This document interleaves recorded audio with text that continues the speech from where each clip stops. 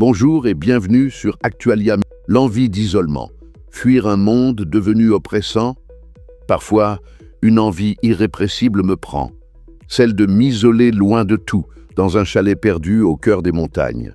Là, entouré par la nature, je pourrais enfin retrouver un peu de sérénité, loin des tumultes du monde moderne, loin de cette information en continu qui martèle sans cesse des nouvelles anxiogènes, loin de cette politique qui semble ne plus avoir pour but que de nous contrôler, de nous taxer toujours plus, de nous imposer des réformes dont nous ne voulons pas.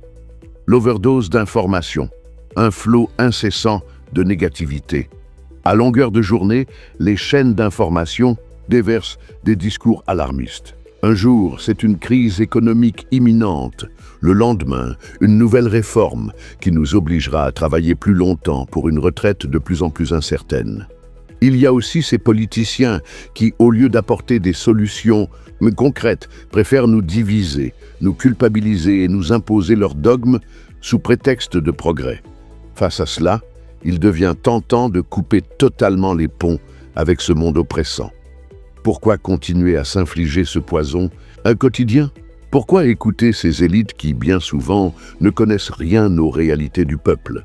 Pourquoi laisser ces informations influencer notre humeur, notre morale, voire notre santé mentale? Le poids des décisions politiques sur notre quotidien.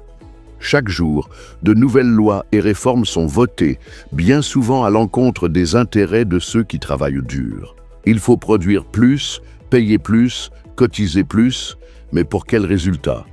Nos retraites sont revues à la baisse, les impôts ne cessent d'augmenter, et pendant ce temps, nos économies sont menacées par des politiques absurdes. Les écologistes, eux, ajoutent une couche supplémentaire de restrictions et de taxes, transformant chaque geste du quotidien en un sacrifice sous prétexte de sauver la planète. Pourtant, on se rend bien compte que ces efforts pèsent toujours sur les citoyens ordinaires. Pendant ce temps, les grands pollueurs et les multinationales continuent leurs activités sans réelle contrainte.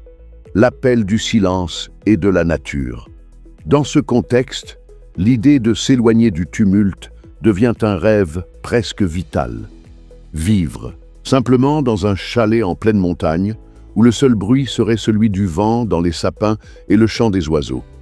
Plus d'écran, plus de notifications, plus de discours manipulateurs. Juste soi-même, la nature et un retour à l'essentiel. Bien sûr, s'extraire totalement de la société est difficile, voire impossible. Mais peut-être que des pauses régulières, des retraites loin de tout, sont nécessaires pour préserver notre santé mentale. Peut-être que couper les médias, filtrer l'information et choisir ce qui nous influence est une solution viable pour reprendre le contrôle sur notre esprit, reprendre le pouvoir sur notre quotidien. Face à cette oppression moderne, nous avons encore un choix, celui de ne plus nous laisser faire, de nous réapproprier notre temps, notre argent et notre énergie. Nous pouvons choisir d'ignorer les discours alarmistes, de ne plus écouter ces élites qui ne pensent qu'à leur propre pouvoir. Nous pouvons aussi choisir de nous recentrer sur ce qui compte vraiment. Nos proches, notre bien-être, notre liberté. Alors oui, parfois, l'idée de fuir dans un chalet isolé est plus qu'une envie. C'est une nécessité pour retrouver une part de nous-mêmes que la société moderne cherche à écraser. Et peut-être qu'un jour, ce ne sera plus un simple rêve, mais une réalité choisie et assumée. N'oubliez pas de vous abonner avec un pouce en l'air, un grand merci. Si vous avez aimé cette vidéo, abonnez-vous, mettez un pouce en l'air et partagez cette vidéo. Merci, cela fait toujours plaisir.